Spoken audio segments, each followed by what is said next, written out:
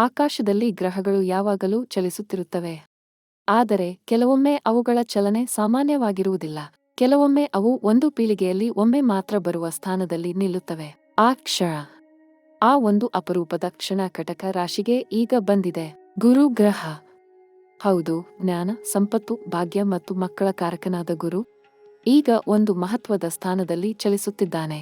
ಅವನ ಈ ಚಲನೆ ಕಟಕ ರಾಶಿಯ ಜನರ ಬದುಕಿನ ತಳಪಾಯವನ್ನೇ ಅಲ್ಲಾಡಿಸಲಿದೆ. ಆದರೆ ಭಯದಿಂದ ಅಲ್ಲ, ಭರವಸೆಯಿಂದ. ಗುರು ಬಂದಾಗ ಏನಾಗುತ್ತದೆ ಗೊತ್ತೇ? ಮನೆಯಲ್ಲಿ ಬೆಳಕು ಹರಡುತ್ತದೆ. ಬಾಗಿಲು ಮುಚ್ಚಿದ್ದ ಅವಕಾಶಗಳು ತೆರೆದುಕೊಳ್ಳುತ್ತವೆ. ವರ್ಷಗಳ ಕಾಲ ಕಾಯ್ದ ಫಲ ಕೈಗೆ ಸಿಕ್ಕಂತಾಗುತ್ತದೆ. ಗುರು ಕಟಕ ರಾಶಿಗೆ ಈ ರೀತಿ ದೃಷ್ಟಿ ಹಾಕಿದಾಗ ಕುಟುಂಬದ ವಿಷಯದಲ್ಲಿ ಮತ್ತು ಹಣದ ವಿಷಯದಲ್ಲಿ ದೊಡ್ಡ ಬದಲಾವಣೆ ಆಗದೇ ಇರಲು ಸಾಧ್ಯವಿಲ್ಲ. ಆದರೆ ಅದರ ಜೊತೆಗೆ ಶನಿ ಕೂಡ ಇದ್ದಾನೆ. ಮತ್ತು ಶನಿ ಎಂದಿಗೂ ಸುಲಭವಾಗಿ ಫಲ ಕೊಡುವವನಲ್ಲ. ಅವನು ನಿಮ್ಮನ್ನು ಪರೀಕ್ಷಿಸುತ್ತಾನೆ. ತಾಳ್ಮೆ ಇದೆ ಎಂದು ನೋಡುತ್ತಾನೆ. ಪ್ರಾಮಾಣಿಕತೆ ಇದೆ ಎಂದು ಪರಿಶೀಲಿಸುತ್ತಾನೆ. ಕಷ್ಟದ ನಡುವೆಯೂ ನೆಟ್ಟಗೆ ನಿಂತಿದ್ದೀರಾ ಎಂದು ಗಮನಿಸುತ್ತಾನೆ. ಕಟಕ ರಾಶಿಯ ಜನರಿಗೆ ಶನಿ ಇತ್ತೀಚಿನ ದಿನಗಳಲ್ಲಿ ಸಾಕಷ್ಟು ಕಷ್ಟ ಕೊಟ್ಟಿದ್ದಾನೆ.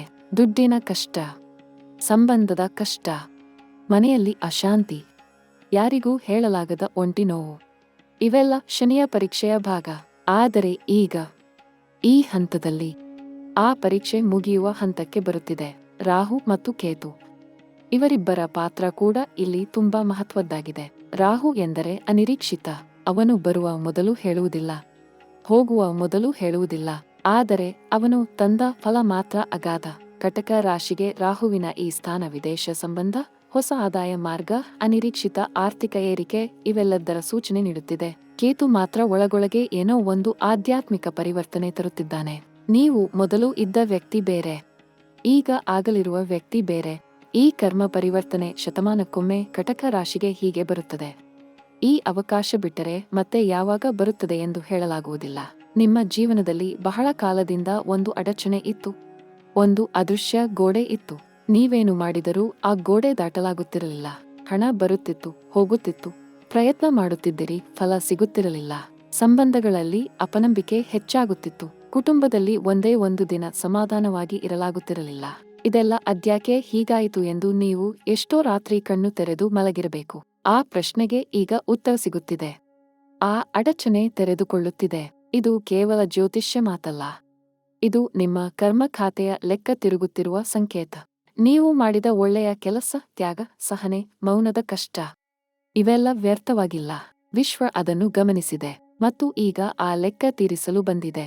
ಕಟಕ ರಾಶಿಯ ಜನರಿಗೆ ಕುಟುಂಬ ಎನ್ನುವುದು ಬರೀ ಒಂದು ಪದವಲ್ಲ. ಅದು ಅವರ ಉಸಿರು. ಕುಟುಂಬಕ್ಕಾಗಿ ಎಂಥ ಕಷ್ಟವಾದರೂ ಸಹಿಸಿಕೊಳ್ಳುವ ಶಕ್ತಿ ಇವರಿಗೆ ಇದೆ. ಆದರೆ ಅದೇ ಕುಟುಂಬ ಕೆಲವೊಮ್ಮೆ ನೋವು ಕೊಡುವಾಗ ಆ ನೋವು ಬೇರೆ ಯಾರಿಗೂ ಅರ್ಥ ಆಗುವುದಿಲ್ಲ. ಇತ್ತೀಚಿನ ದಿನಗಳಲ್ಲಿ ಕುಟುಂಬದಲ್ಲಿ ಏನೋ ಒಂದು ಹಿಂಜರಿಕೆ ಇತ್ತು.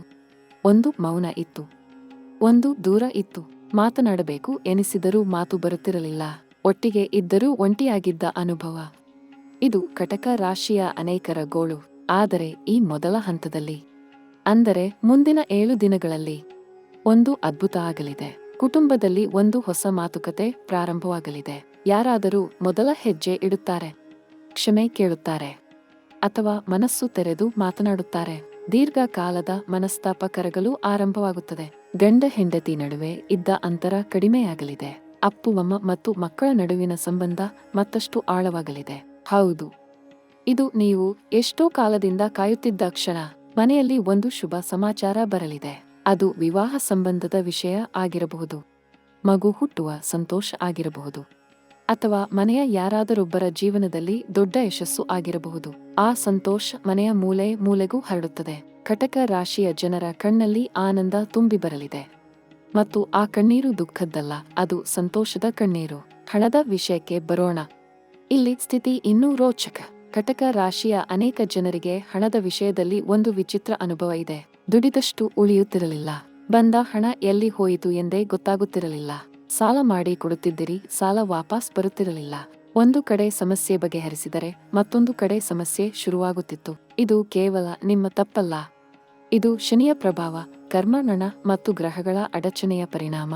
ಆದರೆ ಈ 2ನೇ ಹಂತದಲ್ಲಿ, ಮುಂದಿನ 15 ದಿನಗಳಲ್ಲಿ ಹಣದ ಹರಿವು ಬದಲಾಗಲಿದೆ. ಒಂದು ಅನಿರೀಕ್ಷಿತ ಮೂಲದಿಂದ ಹಣ ಬರಲಿದೆ. ಬಹಳ ಕಾಲದ ಹಿಂದೆ ಕೊಟ್ಟ ಸಾಲ ವಾಪಸ್ ಬರಬಹುದು. ಸರ್ಕಾರದಿಂದ ಯಾವುದೋ ಬಾಕಿ ಇದ್ದ ಮೊತ್ತ ಬರಬಹುದು. ವ್ಯಾಪಾರದಲ್ಲಿ ಒಂದು ಹೊಸ ಒಪ್ಪಂದ ಸಿಗಬಹುದು. ಉದ್ಯೋಗದಲ್ಲಿ ಬಡ್ತಿ ಅಥವಾ ಹೆಚ್ಚುವರಿ ವೇತನ ಬರಬಹುದು. ಯಾರಾದರೂ ನಿಮ್ಮ ಕೆಲಸ ಗಮನಿಸಿ ಒಳ್ಳೆಯ ಅವಕಾಶ ತಂದುಕೊಡಬಹುದು. ವ್ಯಾಪಾರ ಮಾಡುವ ಕಟಕ ರಾಶಿಯ ಜನರಿಗೆ ಈ ಸಮಯ ಅತ್ಯಂತ ಶ್ರೇಷ್ಠ. ನೀವು ಎಷ್ಟೋ ದಿನದಿಂದ ಯೋಚನೆ ಮಾಡುತ್ತಿದ್ದ ಯಾವುದೋ ಒಂದು ಹೊಸ ಯೋಜನೆ, ಅದನ್ನು ಶುರು ಮಾಡಲು ಇದು ಸರಿಯಾದ ಸಮಯ. ಅದರ ಮೇಲೆ ಗ್ರಹಗಳ ಆಶೀರ್ವಾದ ಇದೆ. ಒಂದು ಮಾತು, ಭೂಮಿ ಅಥವಾ ಮನೆ ಸಂಬಂಧಿತ ಯಾವುದೇ ವ್ಯವಹಾರ ಈ ಸಮಯದಲ್ಲಿ ಮಾಡಿದರೆ ತುಂಬಾ ಲಾಭ ಆಗಬಹುದು. ಮನೆ ಕೊಳ್ಳುವ ಯೋಚನೆ ಇದ್ದರೆ ಅದನ್ನು ಮೇಲಕ್ಕೆ ತನ್ನಿ. ಈ ಸಮಯ ಅನುಕೂಲ. ಸಾಲ ಇದ್ದ ಜನರಿಗೆ ಒಂದು ಒಳ್ಳೆಯ ಸುದ್ದಿ ಇದೆ. ಈ ಸಮಯದಲ್ಲಿ ಸಾಲ ತೀರಿಸುವ ದಾರಿ ತೆರೆದುಕೊಳ್ಳುತ್ತದೆ. ಒಂದು ಕಡೆಯಿಂದ ಹಣ ಬರುತ್ತದೆ, ಒಂದು ಕಡೆಯ ಹಣ ತೀರುತ್ತದೆ. ಇದು ನಿಮ್ಮ ಮನಸ್ಸಿಗೆ ಅಗಾಧ ಶಾಂತಿ ತರಲಿದೆ. ಹಣದ ಹೊರೆ ಇಳಿದ ಮೇಲೆ ಜೀವನ ಎಷ್ಟು ಹಗುರ ಎನಿಸುತ್ತದೆ ಎಂದು ನಿಮಗೆ ಗೊತ್ತಾಗಲಿದೆ. ಷೇರು ಮಾರುಕಟ್ಟೆ ಅಥವಾ ಹೂಡಿಕೆ ಮಾಡಲು ಯೋಚಿಸುತ್ತಿರುವವರು ಈ ಸಮಯದಲ್ಲಿ ತಾಳ್ಮೆಯಿಂದ ಇರಿ.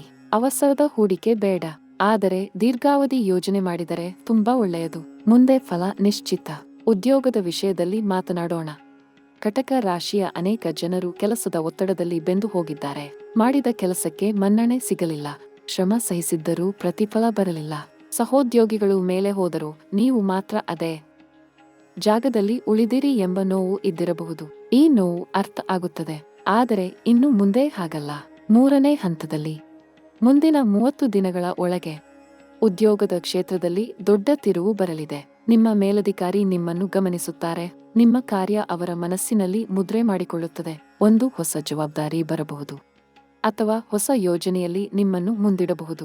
ಕೆಲಸ ಬದಲಾಯಿಸಲು ಯೋಚಿಸುತ್ತಿರುವವರಿಗೆ ಈ ಸಮಯ ತುಂಬಾ ಅನುಕೂಲ. ನೀವು ಎಲ್ಲಿ ಹೋಗಲು ಬಯಸುತ್ತೀರಿ ಎಂದು ಯೋಚಿಸಿ ಹೆಜ್ಜೆ ಇಡಿ. ದಾರಿ ತೆರೆದುಕೊಳ್ಳುತ್ತದೆ. ಹೊಸ ಉದ್ಯೋಗ ಹುಡುಕುತ್ತಿರುವ ಕಟಕ ರಾಶಿಯ ಯುವಕ ಯುವತಿಯರಿಗೆ ಒಂದು ಶುಭ ಸಂದೇಶ ಇದೆ.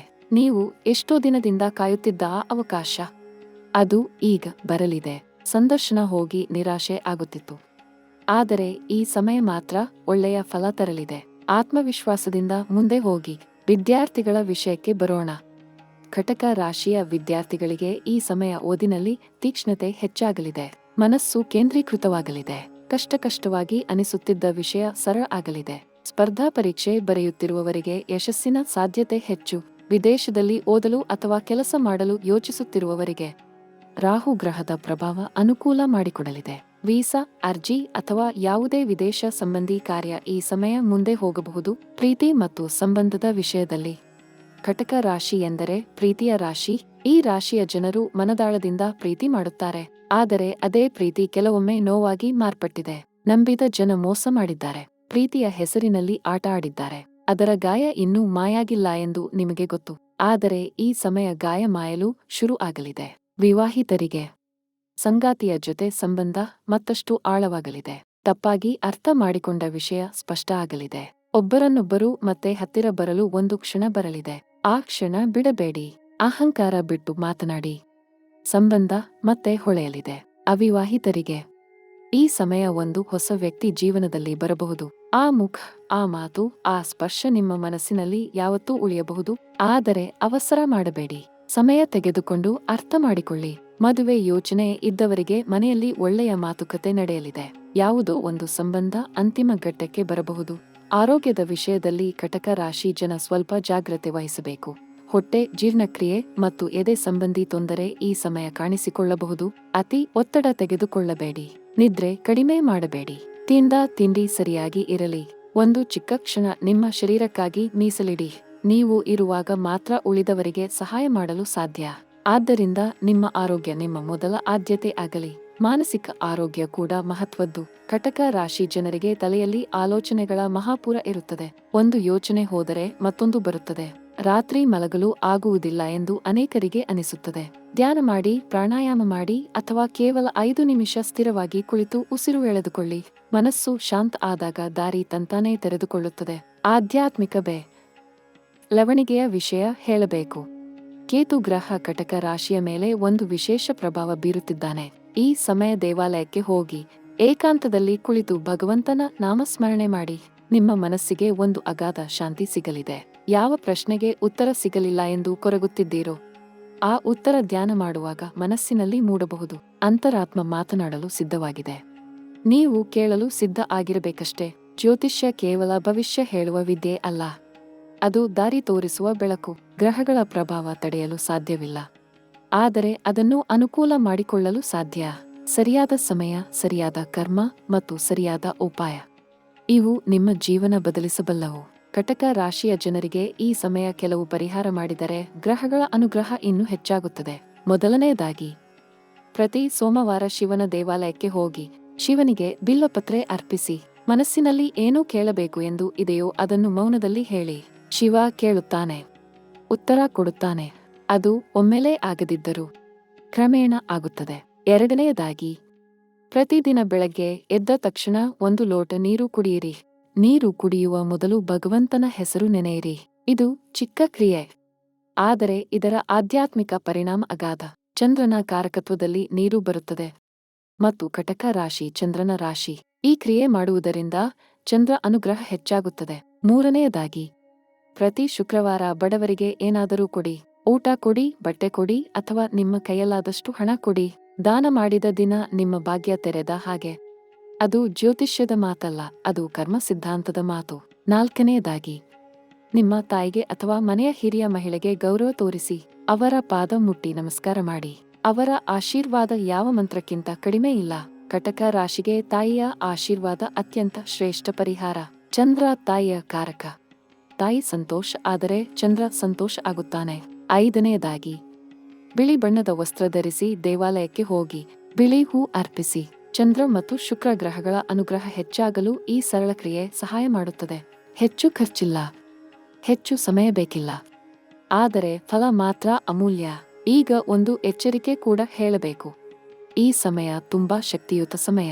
ಶಕ್ತಿಯುತ ಸಮಯದಲ್ಲಿ ಒಳ್ಳೆಯ ಕೆಲಸ ಮಾಡಿದರೆ ಒಳ್ಳೆಯ ಫಲ ಬರುತ್ತದೆ, ಆದರೆ ತಪ್ಪು ಮಾಡಿದರೆ ಅದರ ಪರಿಣಾಮ ಕೂಡ ತ್ವರಿತ. ಆದ್ದರಿಂದ ಈ ಸಮಯ ಕೆಲವು ವಿಷಯ ತಪ್ಪಿಸಿ. ಯಾರ ಬಗ್ಗೆಯೂ ಅಸೂಯೆ ಪಡಬೇಡಿ. ಅವನಿಗೆ ಏಕೆ ಸಿಕ್ಕಿತು, ನನಗೇಕೆ ಸಿಗಲಿಲ್ಲ ಎಂದು ಯೋಚಿಸಬೇಡಿ. ಪ್ರತಿಯೊಬ್ಬರ ಸಮಯ ಬೇರೆ. ನಿಮ್ಮ ಸಮಯ ಈಗ ಬಂದಿದೆ, ಅದನ್ನು ಸದುಪಯೋಗ ಮಾಡಿಕೊಳ್ಳಿ. ಯಾರಾದರೂ ನಿಮ್ಮ ಬಗ್ಗೆ ಕೆಟ್ಟದ್ದು ಮಾತನಾಡಿದರೆ ಸುಮ್ಮನೆ ಇರಿ, ಉತ್ತರ ಕೊಡಬೇಡಿ. ಗ್ರಹಗಳು ನಿಮ್ಮ ಪರ ಇದ್ದಾಗ ಯಾರ ಕೆಟ್ಟ ಮಾತು ಕೂಡ ನಿಮ್ಮನ್ನು ತಡೆಯಲು ಸಾಧ್ಯವಿಲ್ಲ. ಮೌನ ನಿಮ್ಮ ಶಕ್ತಿ ಆಗಲಿ. ಆರ್ಥಿಕ ವಿಷಯದಲ್ಲಿ ಯಾರ ಮಾತು ಕೇಳಿ ಅವಸರದ ನಿರ್ಧಾರ ತೆಗೆದುಕೊಳ್ಳಬೇಡಿ. ಯಾರಾದರೂ ಒಂದು ಯೋಜನೆಯಲ್ಲಿ ಹಣ ಹಾಕಿ ಎಂದು ಒತ್ತಾಯ ಮಾಡಿದರೆ ಮೊದಲು ಚೆನ್ನಾಗಿ ಯೋಚಿಸಿ. ಅವಸರ ಮಾಡಿ ಹಣ ಕಳೆದುಕೊಂಡರೆ ಈ ಶ್ರೇಷ್ಠ ಸಮಯ ವ್ಯರ್ಥ ಆಗುತ್ತದೆ.